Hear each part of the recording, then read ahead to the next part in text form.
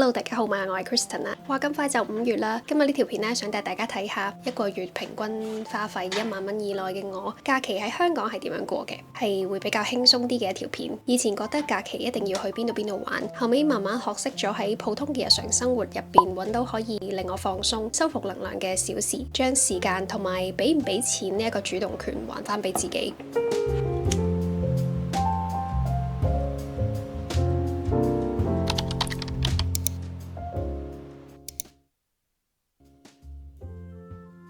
最初搬出嚟住嘅時候，學習煮嘢食係為咗慳錢，習慣咗自煮之後，我發現行超市同埋街市比行商場有趣得多啦。用簡單嘅食材去餵飽自己，唔單止係滿足咗個胃，仲滿足咗個心。由一個人煮到2個人輪流煮，開發出嚟平但好味嘅菜式又多咗。尋日男朋友第一次嘗試自己用咖喱粉去炒咖喱，我好似都係第一次食呢一種味道咁天然，冇乜添加，仲有大量新鮮蔬菜嘅咖喱。比起以前出去食或者用咖喱磚，實在好味太多啦！煮咗一大煲，連埋米飯都係用咗幾錢話？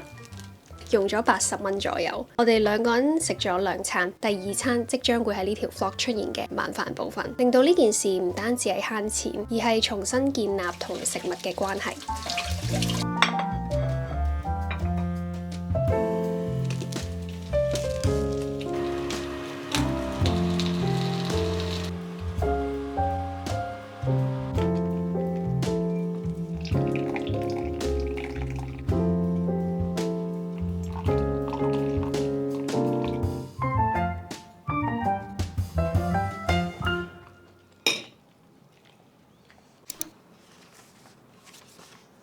呢幾年依然保留住手寫嘅習慣，比起電子設備，紙筆嘅觸感令我可以更加慢咁去諗嘢思考。喺變化咁快嘅社會裏面，唔急住去做決定，慢慢諗好似變得更加珍貴。同埋原來用電子設備去記事同用手寫字訓練嘅係大腦唔同嘅部分，都可以係一個俾我好好咁用晒成個腦袋嘅習慣啊！因為手寫對我內心好重要，所以比較願意使錢喺唔同嘅手帳啊、簿咁樣。但係分攤開陪伴我嘅時間，每一次整理思緒嘅療癒感，其實都唔係啲咩成本好高嘅活動。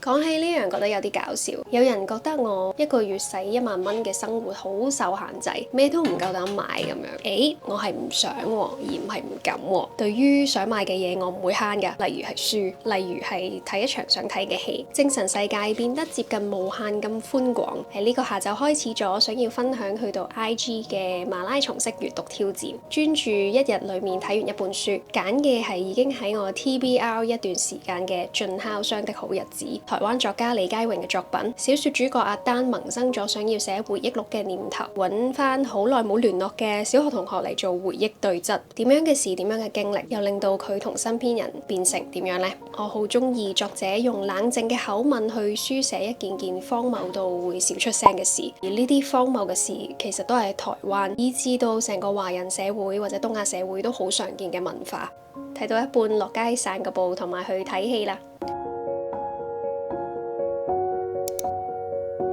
放假或者有空閒嘅時間，都會衝去有樹或者有海嘅地方。就算只係屋企附近嘅公園仔或者小山，行一陣已經可以有叉咗電嘅感覺。近年咪開始流行樹木療法啊、森林療法嘅，真係有用㗎。而且大自然都係免費嘅，佢從來唔會要求你變得更加好啦，或者係買得更加多，可以包容到我哋所有。之前喺呢個公園見過松鼠，今日再去就見唔到啦。不過都冇所謂啦。啱啱睇完咗《穿 Prada 的惡魔二》，20年前上映第一部嘅時候，我喺度做緊啲咩呢？覺得好似就係睇住入邊啲角色成長，到依家嘅我都成長咗好多，跟住唔知點解就會好似有一種突然間時空交錯，眼濕濕，即係個感覺就好似睇住佢哋大咁。全部人都大過你，全部都大過我。